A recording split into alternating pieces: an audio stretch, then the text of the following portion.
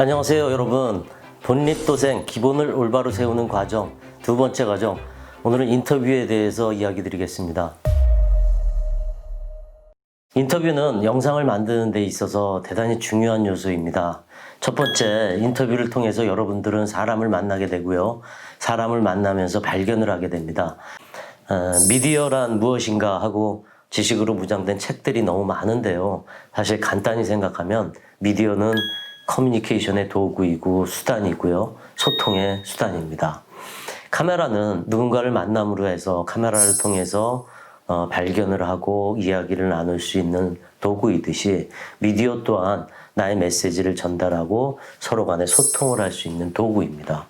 그래서 인터뷰가 갖고 있는 중요한 요소들이 있는데요. 가장 큰 요소는 소통입니다. 전 시간에 말씀드렸다시피 기획 단계에서 인터뷰가 필요합니다. 첫 번째, 기획의 7단계 중에서 저희가 조사 분석을 마치고요. 그 다음에 전문가 인터뷰, 델파이어 기법을 통해서 전문가한테 전화를 하거나 전문가와 대화할 수 있는 시간들을 갖게 됩니다. 그때 사전 인터뷰를 하게 되는데요. 사전 인터뷰는 첫 번째 사람을 만나는 과정입니다. 얼마만큼 내가 상대방을 존중하고 진정성으로 내가 갖고 있는 이야기들을 전달하고, 그리고 상대방한테 전문적인 지식을 얻을 수 있고, 이렇기 때문에 사전 인터뷰는 상당히 프로그램 기획 단계에서 중요한 요소를 갖고 있습니다. 그리고 인터뷰는 사전 인터뷰를 통해서 내가 텍스트로 알거나 또는 내가 자료조사 분석을 통해서 서점에서 보았거나 이런 거하고 틀리게 발견을 할 수 있게 됩니다.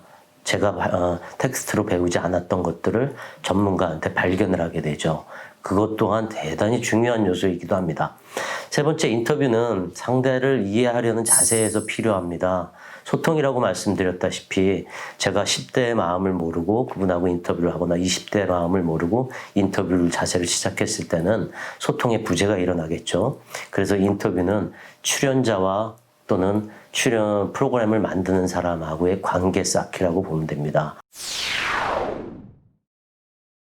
그럼 신뢰를 쌓으려면 어떻게 하면 좋을까요?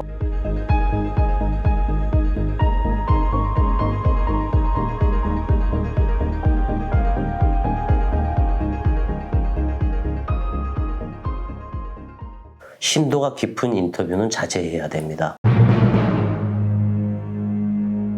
그리고 사전조사에서는 상대방을 존중하는 데는 여러 가지 요소들이 있는데요.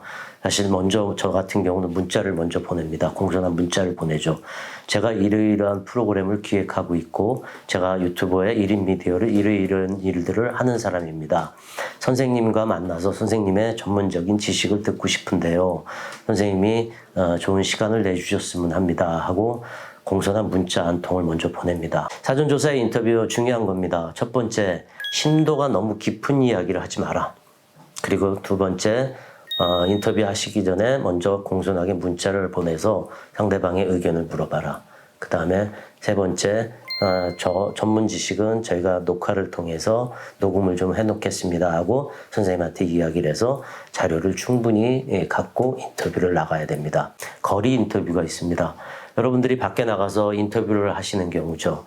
그러면 저희만 이렇게 단둘이 있거나 지금 이 스튜디오에서 촬영팀만 이렇게 단둘이 있는 게 아니라 세상 속에서의 촬영은 여러 사람들이 다니고 또 그 길거리 안에서는 저희가 노출되어 있습니다.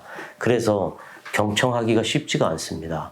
근데 인터뷰하는 사람이 그날 마치 숙제를 하듯이 또는 노트를 보고 상대방이 이야기하는 것을 경청하지 않을 경우에 상대방은 시선 둘 곳이 없습니다. 저도 이렇게 촬영을 하면서 제가 어디다 시선을 둬야 될지 모를 때, 그래서 그랬을 때 저를 보는 시선들은 불안하지요. 또 제가 눈을 깜빡거린다든지, 그러니까 시선을 줄 수 있는 누군가 눈을 마주치고 경청할 수 있는 그런 사람이 앞에 있어줘야 되는데 그 사람이 인터뷰 내용만 보느라고 시선을 마주치지 못했을 경우에 경청이 안 됩니다. 일종의 주의사항입니다. 그래서 제작진의 움직임이나 반응도 되게 중요합니다. 그래서 인터뷰를 하는데 뒤에 있는 카메라 보조가 배터리를 떨어뜨린다든지 또는 딴 데를 보고 있다든지 카메라 보조가 뒤에 스마트폰을 보고 있다든지 이러면 인터뷰하는 사람은 이거 누굴 봐야 될지, 그리고 또 뒤에 움직이는 사람도 많고 거리에 사람들도 많기 때문에 경청하는 사람들을 쳐다보질 못하게 됩니다. 그러니까 움직임도 자제를 해야 됩니다. 인터뷰하실 때. 그 다음에 또 하나 요새는 저작권이나 초상권 문제가 많이 있습니다. 이야기는 뭐냐면요. 거리에서 인터뷰, 그러니까 불특정 다수를 인터뷰할 때는 항상 카메라로 동의를 얻기 바랍니다. 제가 선생님을 인터뷰를 하는데요. 거리에서 이러이러한 내용을 인터뷰하시겠습니다. 그래서 촬영해도 되겠습니까? 하고 인터뷰에 대한 동의를 카메라로 얻어 놓으시는 게 좋습니다. 인터뷰에 여러 종류들이 있는데요. 사실 종류도 중요하지만 인터뷰 질문의 종류가 대단히 중요합니다. 인터뷰 질문은요. 폐쇄형과 개방형이 있습니다. 혹시 여러분 오늘 식사하셨습니까? 네, 하셨다고요? 단답형이죠. 근데 여러분 혹시 오늘 무슨 식사하셨어요? 어떻게 먹으셨어요? 하고 제가 물어봤습니다. 누가 어떻게 무엇을 하고 물어봤죠.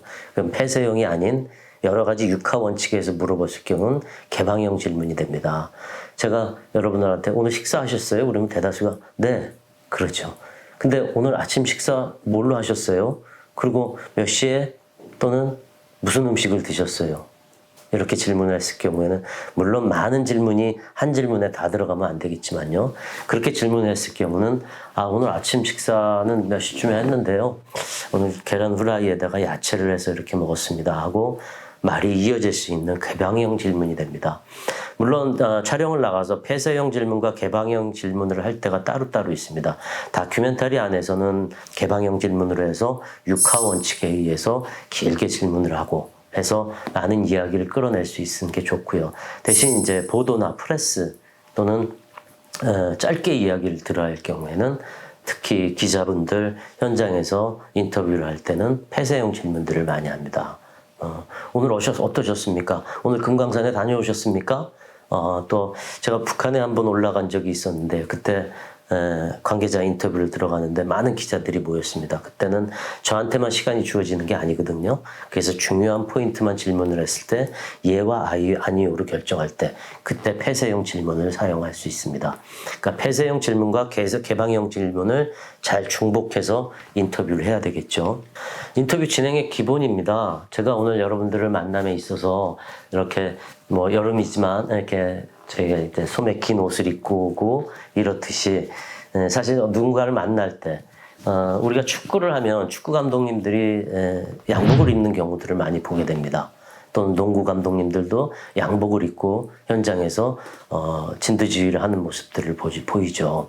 운동선수가 양복을 입고 어떻게 저렇게 진두지휘를 할까 이렇게 생각하시는 분도 혹시 계실지 모르지만 사실 그렇진 않습니다. 신뢰를 갖게 하는 복장입니다. 운동을 하는 감독님들이 인터뷰를 하는 데 있어서도 운동복이 아니고 정장을 입고 인터뷰를 하거나 복장을 올바로 갖추고 사람을 만났을 때는 그 사람에 대한 존중과 그 사람에 대한 신뢰를 나타내는 겁니다. 또 다른 거 진행의 기본입니다. 인터뷰를 하는 데 있어서 제가 인터뷰 답변을 듣는 사람보다 말을 많이 하면 좋을까요? 사실 그렇지 않습니다.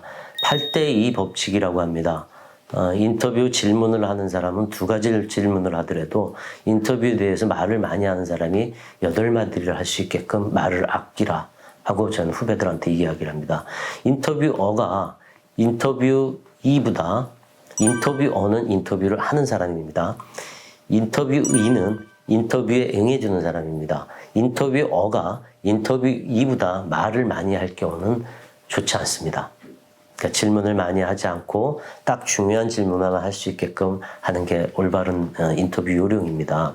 그 다음에 파티장에서의 아이스 브레이크라는 대화법이 있습니다. 처음 만났을 때 신뢰를 얻는 방법이죠. 악수를 통해서 나를 소개하고 그리고 인터뷰 들어가기 전에 서로의 취미를 물어보거나 오늘의 날씨 이야기를 하거나 인터뷰하고 관계없는 그런 소통이 필요합니다. 선생님의 어떤 장점을 보고 또는 진정으로 그 선생님을 소통하길 원한다면 그 선생님을 보고 그 선생님의 장점을 한번 찾아보십시오. 그리고 또 인터뷰 중에서는요. 저희 경험상 무언가 재밌는 일이 일어나는 경우들이 있습니다. 그랬을 경우에 출연자를 막 웃죠. 더 재밌으니까. 근데 카메라 감독이 함께 동조해서 웃거나 또는 주변에 있는 사람들이 출연자와 동조해서 박수 치면서 같이 동조를 한다. 이거는 인터뷰에서는 제작진이 할 수 있는 옳은 행동은 아닙니다. 제작진은 최대한 객관적으로 있어줘야 되고요. 왜 그러냐면요. 출연자는 그렇게 해서 자기가 이야기를 했을 때 누군가의 반응을 기다리게 되는 거고요. 그 반응이 본인의 반응과 같이 이렇게 좋아지면은 출연자는 곧 자기가 탤런트가 된 것처럼 많은 행동들을 하시기도 합니다. 그렇기 때문에 현장에서 스태프들은 최대한 그런 감정의 기복을 자제하고 이야기를 듣는 입장으로 인터뷰를 하셔야 됩니다. 그리고 아까 시선하고도 관계되는 이야기이지만요.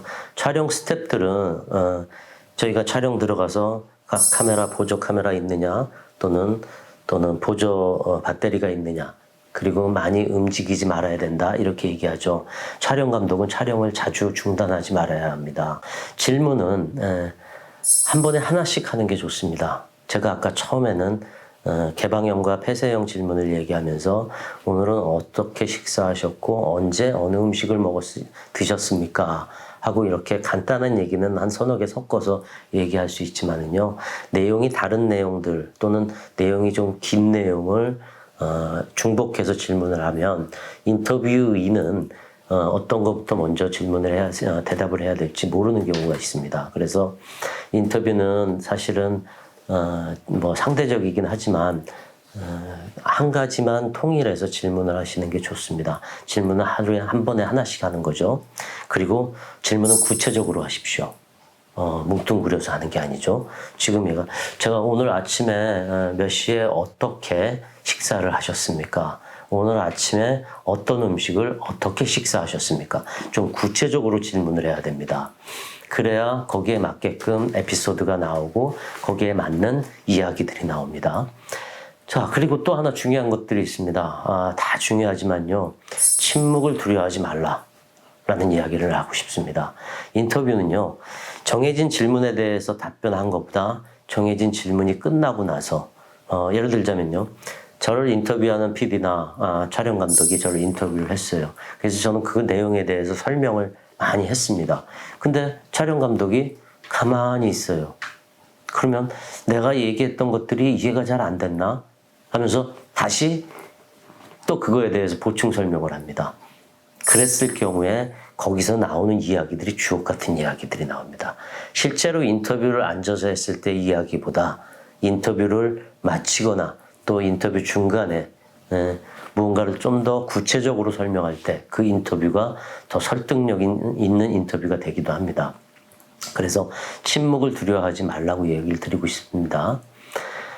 그리고 출연자가 움츠러들 수 있는 질문은 하지 않는 게 좋습니다. 예를 들자면 저희가 좀 더 심도 있게 출연자하고 이야기를 하는 경우들이 휴먼 다큐멘터리에서 있습니다. 그럴 경우에 출연자가 질문의 내용에 좀 대답하기 어려운 질문들, 또 너무너무 개인적인 질문들, 그런 질문들은, 곤란한 질문들은 좀 하지 않는 게 좋습니다. 저희는 현장에 나가서 사실은 상당한 기로에 서 있습니다. 외나무 다리를 걷는다고 하는데요. 출연자의 개인적인 부분을 물어보기도 하고요. 그렇지 않고 공적인 부분도 물어보기도 하죠. 근데 개인적인 부분을 물어볼 때는 저희가 어디까지 물어봐야 될지 한계에 도달하기도 합니다. 신뢰가 많이 쌓였을 경우 또는 인터뷰뿐이 아니라 그 전에서도 많은 이야기를 이 사람과 했을 경우에는 스태프들을 잠깐 외부에 보내서라도 개인적인 질문을 할 수 있지만은 곤란한 질문은 인터뷰이한테 결코 좋지가 않습니다. 소통을 하는 데 있어서요. 그래서 그 외나무를 다리를 건너듯이 기로에 서 있는데 상당히 조심해야 될 부분입니다. 그리고 또 하나 질문만 하고 오셔야 될까요? 인터뷰는 소통입니다. 제가 당신을 이렇게 많이 알고 있습니다. 그리고 당신의 전문적인 지식을 이렇게 필요로 합니다. 그래서 당신의 이야기를 듣고 싶습니다. 하고 그 이야기를 들었습니다. 듣고 나서는 무슨 이야기를 해야 될까요? 제 의견을 얘기해야 됩니다. 자신을 이야기해야 되죠. 8대2 법칙입니다.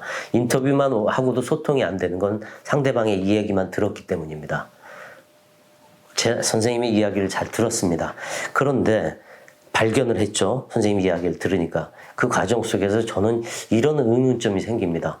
그리고 저는 이렇게 해서 공부를 해봤더니 이런 부분도 상당한 선생님 의견에 같은 의견을 했으면 좋겠습니다 하고 저만의 의견을 이야기 드립니다. 그러면 인터뷰 이 입장에서는 그걸 얘기를 듣고 저 사람이 이런 의식을 갖고 있구나. 또 이 사람은 이런 프로그램을 만들었을 때 신뢰가 가는구나 하고 소통이 되기도 합니다. 그러니까 카메라라는 도구를 통해서 단순히 인터뷰라는 것은 영상의 한 문법이 아니라 사람을 사귈 수 있는 도구이고요. 사람한테 귀한 이야기를 들을 수 있는 도구이고요. 그래서 인터뷰라는 영상 문법은 사람과의 소통이라고 다시 한번 말씀드리고 있습니다. 그래서 자기 의견을 꼭 피력을 해라. 그만큼 진실성 있게 이야기를 들어야 된다는 얘기죠. 이제 인터뷰 요령들에 대해서 말씀드리고 있는데 요령보다는 사실 현장에서 경험이니까 몇 가지만 더 말씀을 드리겠습니다.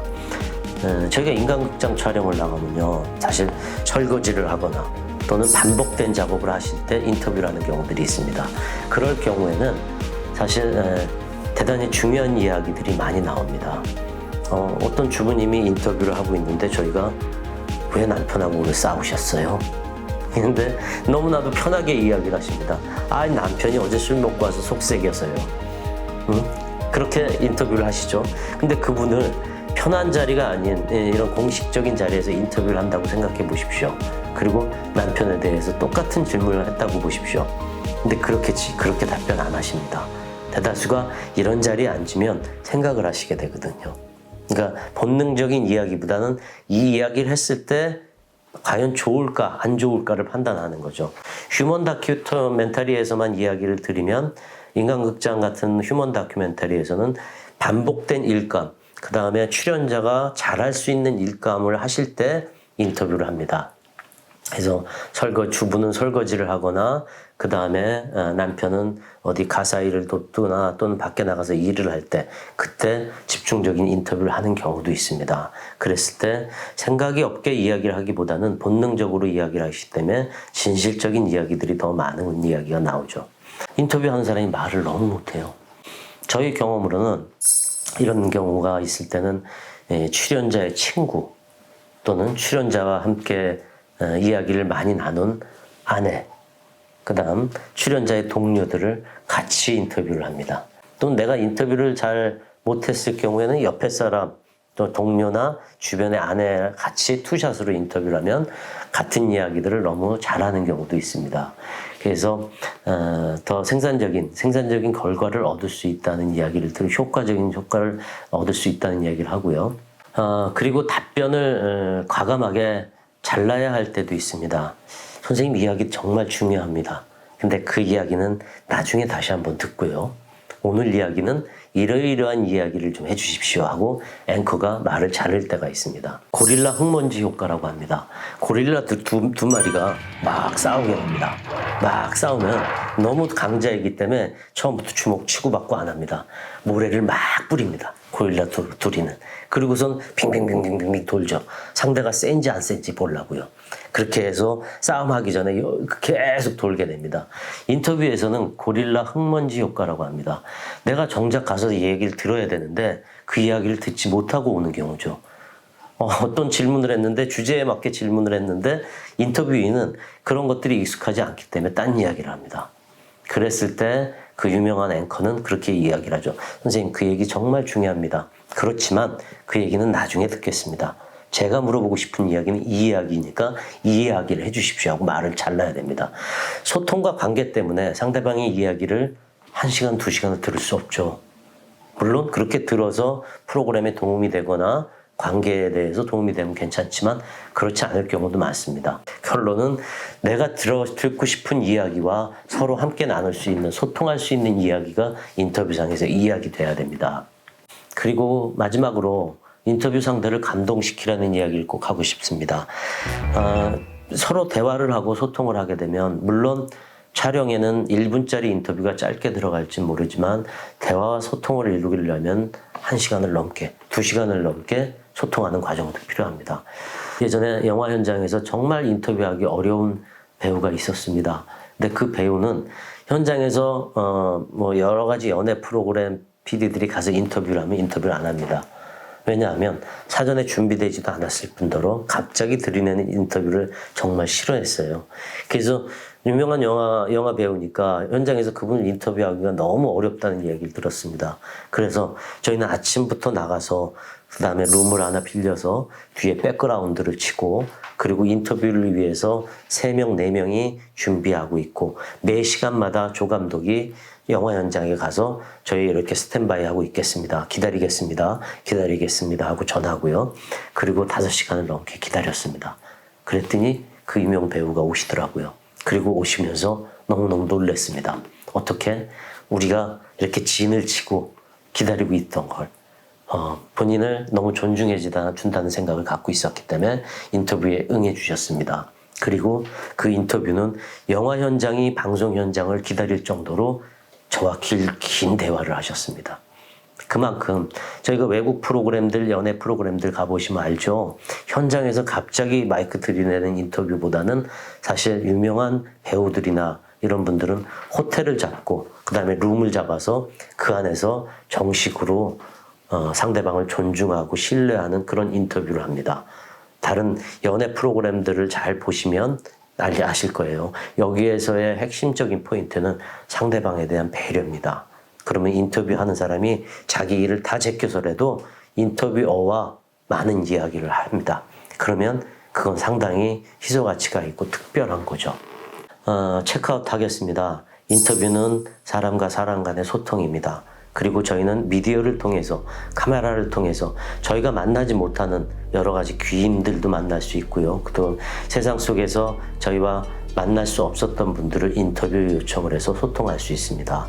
그 과정 속에서 진정성, 내가 상대방과 소통하려고 하는 마음, 그 다음에 상대방 이야기를 많이 들으려고 하는 경청. 최고의 인터뷰는 진심으로 경청하고 구체적인 이야기를 끌어내는 사람입니다. 그리고 조용히 기다리는 것, 그런 것들도 정말 중요합니다. 인터뷰에서 너무 급하게 또 내가 필요한 내용만 이렇게 말씀해 주십시오. 또는 나는 이런 이야기를 듣고 싶습니다 보다는 그런 여러 이야기를 통해서 그 이야기가 진정으로 나왔을 때 좋은 인터뷰가 됩니다. 물론 그 인터뷰가 방송에서 NG가 돼서 카트가 안 들어갈 수도 있겠지만 사람과 사람 사이의 소통에서는 상대방의 이야기를 듣는 경청밖에 없습니다. 청소년 여러분 또는 그 외에 저와 함께 이 영상을 보시는 분 단 한 분이라도 많은 클릭수가 중요한 게 아니라 단 한 분이라도 제가 갖고 있었던 경험들에 대한 이야기들이 현장에서 조금이라도 기억을 하시고 상대방하고 소통하려고 하셨을 때 또 그렇게 해서 소통이 돼서 영원한 친구가 되고 영원한 서로의 관계가 이루어졌을 때 정말 내가 인터뷰를 잘했구나 하는 그런 감정을 한번 느껴주십시오. 오늘은 제가 부족하지만 인터뷰에 대한 요령과 현장에서의 경험들을 말씀드렸습니다. 다음에 뵙겠습니다.